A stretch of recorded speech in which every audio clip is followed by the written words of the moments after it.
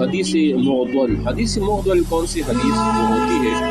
اس سے پہلے ہم پڑھ چکے ہیں کہ حدیث مرسل اور اس طرح حدیث معلق جو کہ سکوت ظاہری کی وہ اقسام تھی. آج ہم حدیث معضل کو پڑھیں گے.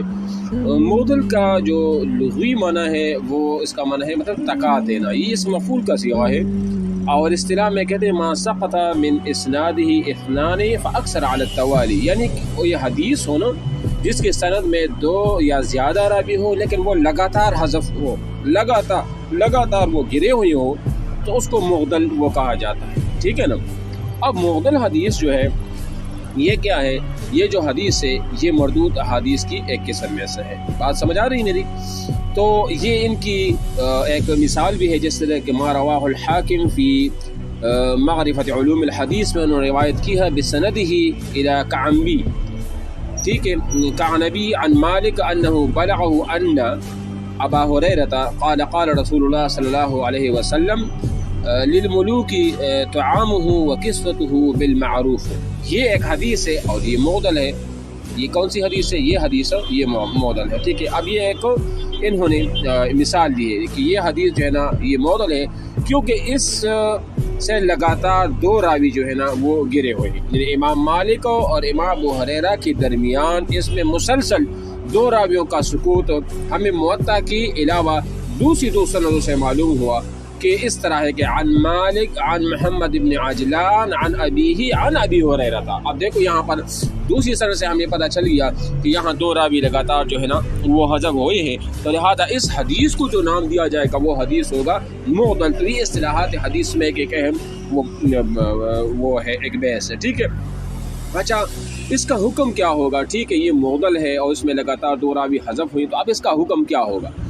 تو یہ کہتے ہیں کہ جو معضل حدیث ہوتی ہے یہ ضعیف ہوتی ہے اور یہ مرسل اور منقطع سے زیادہ کمزور حالت والی ہوتی ہے، اور اس کی وجہ محذوفین کی زیادتی ہے. محذوفین کا مطلب یہ ہے کہ اس میں جو دو راوی لگاتار وہ حذف ہے نا، ظاہری بات اب دو لگاتار ہے تو بنسبت اوروں کی اس میں وہ زیادہ تر وہ کیا ہے وہ پائی جاتی ہے، یعنی کہ ضعف وہ پائی جاتی ہے.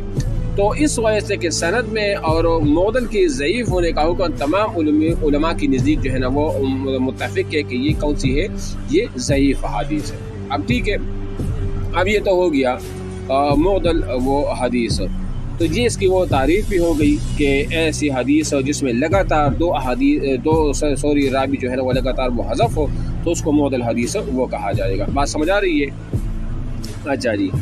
اب اس کے بعد آ جاتے ہیں المنقطع. منقطع انقطاع سے ہے. اس کا اصطلاحی لغوی معنی جو ہے یہ اس میں فاعل کا وہ صیغہ ہے انقطاع سے اور ضد اتصال ہے، یعنی اتصال کا وہ ضد ہے. اور اصطلاح میں کہتے ہیں ما لم يتصل اسناده على اي وجه كان انقطاعه، یعنی وہ حدیث جس کی سند متصل نہ ہو اس کا انقطاع چاہے کسی بھی طریقہ پر ہو. مثلا اتنا بس آپ اس کو ذہن میں رکھ لیں کہ منقطع حدیث وہ حدیث ہوتی ہے جس میں کہیں پر بھی جو ہے راوی گرا ہوا ہو تو اس کو حدیث کیا کہا جائے گا؟ وہ منقطع سے وہ کہا جائے گا. ٹھیک ہے، یہ اس کی تعریف ہے. یعنی مطلب ہر وہ سند جو منقطع ہو کسی بھی جگہ ہو، خواہ انقطاع سند کے شروع میں ہو یا اس کے آخر میں ہو یا درمیان میں ہو، تو اس میں ساری بھی تقریباً آ جاتے ہیں. مثلا مرسل حدیث ہوا، معلق حدیث ہے، معضل ہے، تو یہ کیا ہے؟ یہ سارے کے سارے منقطع کی تعریف میں وہ شامل ہو جاتے ہیں. ٹھیک ہے نا.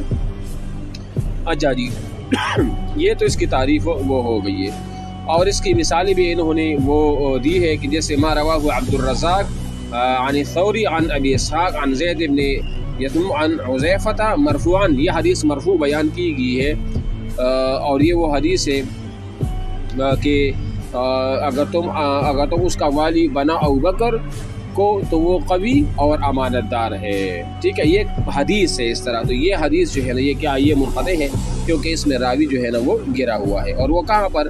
وہ اس وجہ سے کہ فقط سقط من هذه الاسناد رجل من وسط وهو شریک سقط من بین الثوری و ابی اسحاق. یعنی یہاں پر جو راوی ہے شریک وہ گرا ہوا ہے ثوری رحمۃ اللہ علیہ اور ابو اسحاق رحمۃ اللہ علیہ کے درمیان، اس لیے کہ ثوری نے حدیث ابو اسحاق سے براہ راست نہیں سنی بلکہ شریک سے سنی ہے اور شریک نے ابو اسحاق سے یہ حدیث وہ سنی ہے. لہٰذا اس سند میں انقطاع آ گیا، لہٰذا انقطاع کی وجہ سے یہ منقطع حدیث وہ ہو گیا. اب اس کا حکم کیا ہے؟ تو یہ کہتے ہیں کہ المنقطع ضعیف باجماع العلماء.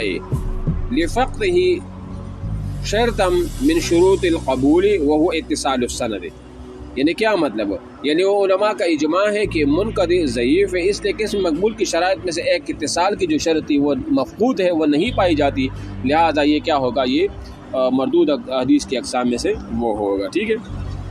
تو اس کے بعد انواع السقط الخفی ہے کہ یہ سقوط ظاہری ختم ہو گیا. آج دو بحثیں ہم نے پڑھ لیے، یعنی مرسل کو بھی اور اس طرح مرسل کے ساتھ ساتھ ہم نے اسی کو بھی وہ پڑھ لیا. ٹھیک ہے. تو یہ بات آج جو ہے نا وہ ختم ہو گئی. کل انشاءاللہ جو سقوط خفی ہے اس کو پڑھیں گے.